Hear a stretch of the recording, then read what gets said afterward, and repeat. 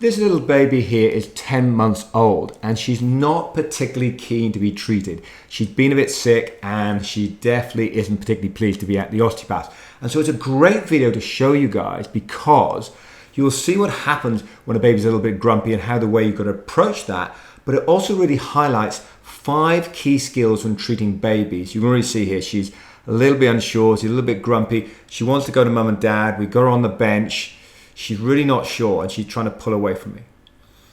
So what you'll see in this video is 5 key principles that I use with grumpy babies, but I also use them with all babies because what actually happens is if you approach it in this way, not only do the grumpy babies become less grumpy, but you'll also find that the babies that are quite happy to be treated, it also just enables their system just to work a lot nicer and you tend to get more effective treatment. You tend to get better results when you're with those babies.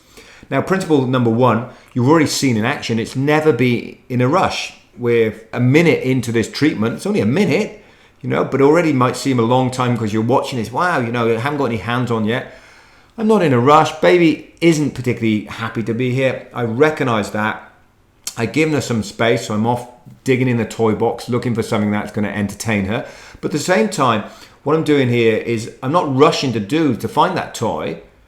It's quite a delaying tactic because it allows baby and mum and dad to kind of normalize. Mum and dad here, they've brought baby before for treatment, so they're quite happy with the situation. But sometimes you'll find with new parents or new parents to osteopathy, they're like, well, hang on, why haven't we got anywhere? And they'll be trying to, entertain baby, but in a way that often rucks baby up and gets them more amped. Whereas here, Dad's doing a great job. He's distracting baby. We've got a nice little fluffy toy. Mum's in there as well. But we're not over amping that. And it allows me to come in and examine the little bit of the back of the head. And now I'm going to try and bring her towards me and see how far we're going to get. And look, boom, she's not happy already. She's not happy. She's giving me that grump. So I'm just backed off. I moved her from the vibe, picking her up. But now I've moved down to the sacrum. Now that brings us on to principle number 2, which is don't start at the head. Now I'm trying to get in a little bit here and feel what's going on in the head because I've treated this baby before, so I know kind of a little bit where her boundaries are and how much she's willing to accept. But I'm also not going in too hard here. I'm just going in and having a look at what's going on in the cranium, and that's because I think that's part of what's the reason why she's sick at the moment and grumpy and unhappy. But it's too much for her, and you can see that. I'm looking for that stage of how much to treat, but you can see here, I can't see it, but she's grumpy. Dad's doing a good job of distracting her, but it's just too fast. And so particularly if you haven't treated baby many times before, it's the first time, back off, don't treat the head. Now here, I'm ignoring my principle of don't rush in. I'm actually trying to increase the pace a little bit, get her down onto the bench and treat her cranium. But she doesn't like it, so I push her back up again. And that brings us on to principle number 3, which is back off. You can try, to up the pace a little bit or try to get a little bit more treatment in, but you got to go slowly when you're doing that. You saw how I gradually, brought her back towards me away from mum and dad. Then I gradually tried to bring her back onto the bench. I immediately sensed she wasn't going to go for it. So I don't try and, double down on that. I just put it back into the situation. I move away physically, so mum and dad are there, and often you can rescue the situation. Now, the story I like to tell about this is my 2 boys, they're kind of in their teens now, so they're not so keen on this, but when I used to take them to the beach when they were younger, they used to love chasing seagulls down the beach. Now, what they soon realized was that if you just ran down the beach at the seagulls will just fly off and vacate the whole beach. They've gone. They've gone somewhere else and they ain't coming back. You've blown your chance.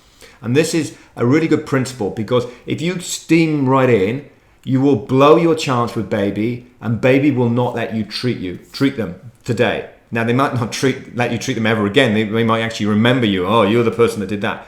And so you go slowly. So I was, if you like, trying to creep down the beach, which is what my boys learned to do, creep down the beach towards the seagulls. They're never going to get to the seagulls, but they're creeping down the beach. And then what happens is you get close enough that the seagulls get a bit scared. The seagulls do this little hop. They'll just kind of hop a couple of feet down the beach. If you go too fast, then they'll actually fly off and go a couple of 100 yards down the beach. Then, of course, you've got to wait a lot longer. You've got to wait for the seagulls to relax a little bit more, and then you can start trying to get a little bit closer by walking down the beach. So that's the principle of what's going on here. You're trying to get the treatment in, but if you rush it too much, that seagull is going to fly off down the beach. But you don't know how much give and take you got here. So you have to push a little bit. And then you'll see me here. That's what I'm doing. I've come in and we've tried a different angle here. We've given baby some space, put him on mum and dad's lap here. And then we're trying again. And that actually brings us on to principle number 5. And I'll recap all these principles at the end for you as well. Principle number 5 is use the safety of mum and dad. Now, obviously, you know, babies love being with their mum, being fed and all sorts of things like that. So you can use those things. At 10 months old, it's a little bit harder. Dad does an awesome job through this whole thing. He's just sitting there with baby, tapping away, giving her a little bit of comfort. She knows he's there for her. And also what I do is, because she's sitting on his lap, I'm not between baby and him. And so she feels reasonably safe. However, because I'm coming on the cranium, and the cranium was where the issue is, she's still a little bit uncomfortable. You see her pull away. But we're pacing that. We're getting the right distance. We're getting the right connection, pulling back when we need to, moving forward, increasing the amount of treatment when we can. And using those principles that we've already talked about. Number 1, I'll recap them for you. Never be in a rush. So here she's a little bit upset again. We just back off. We back off a little bit. We let her turn around and actually face dad so she feels really close to dad. And then I employ principle number, whichever one it was, I think number 3, don't start the head. I'm coming back down to the cranium now. I'm kind of learning my lesson here with this one. It's like, she's not going to let me go full on the head at the moment. I'm going to have to get some change through the system, through the nervous system, work on the sacrum before we can come on and start treating the head. So that's number 3. Number 2, find the right toy. Well, sometimes that worked, sometimes that didn't. You're often the right toy and the baby gets distracted, and you'll see the little toy that mum's got here. That actually helps us in a second. But sometimes baby is so upset that they're just not interested in the toy, and so you can't use that principle.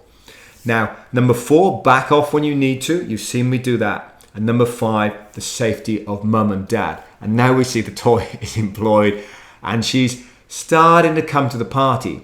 Now, the interesting thing here is, look, we're only 5-6 minutes. Well, just look at the time slot. We're 7.5 minutes into treatment. Now, with a half-hour slot for a baby, they're never going to get half an hour treatment in with a baby and half an hour hands on it. That's you know, too much for an adult, let alone a baby. So you're going to get maximum 15 minutes, maybe a little bit more, but maximum 15 minutes probably of treatment. Well, we're only 7 minutes into treatment. We've got another 23 minutes to go.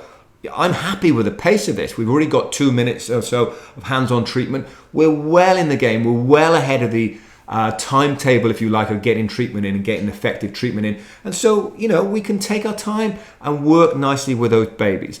So 5 principles for you here that work really well with grumpy babies, but also I employ these in every single baby that I treat. Number 1, never be in a rush. Now, that's not in what you've seen here, you know, kind of rushing around, but also inside you. You just have that sense of, hey, I'm going to take my time here. And if you do that, baby picks up on that. And they're like, okay, there's no agenda here. If you've ever tried to put a baby to sleep and you've got an agenda of, I want them asleep in 20 minutes, 30 minutes because I've got to go and do something else, baby picks up on that. You never get them to sleep. So it just allows you to remove that agenda. That's number 1, never be in a rush. Number 2, find the right toy. Pretty obvious. Although what we want to say is sometimes the toys to distract them can be a little bit amping, can kind of amp up their system. So you've got to find that right toy. Number 3, don't start at the head. Start down at the sacrum or elsewhere, move up to the cranium. Number 4, back off when you need to. Think of the seagulls on the beach. You've got to approach the baby like it's a seagull that's going to fly off. And if they fly off and leave the beach, you're not going to be able to treat them. Number 5, safety of mum and dad, or safety of mum or dad if you've only got one of them in the room. Works really nicely. Of course, if they can breastfeed, great. But even if not, just having them close to mum and dad works beautifully, which is why getting used to treating baby in a seated position works really nicely, because that's where they can be closest, sitting on mum's lap. If you found this video useful, then check out this playlist on treating babies, where there's plenty more material and clinic footage showing you how to treat babies. Also, you can click here to subscribe to the channel to not miss any of these videos that I publish. Additionally, you could go to www.kindredbee.com, where there are plenty of courses and other material that go into depth on how to treat babies.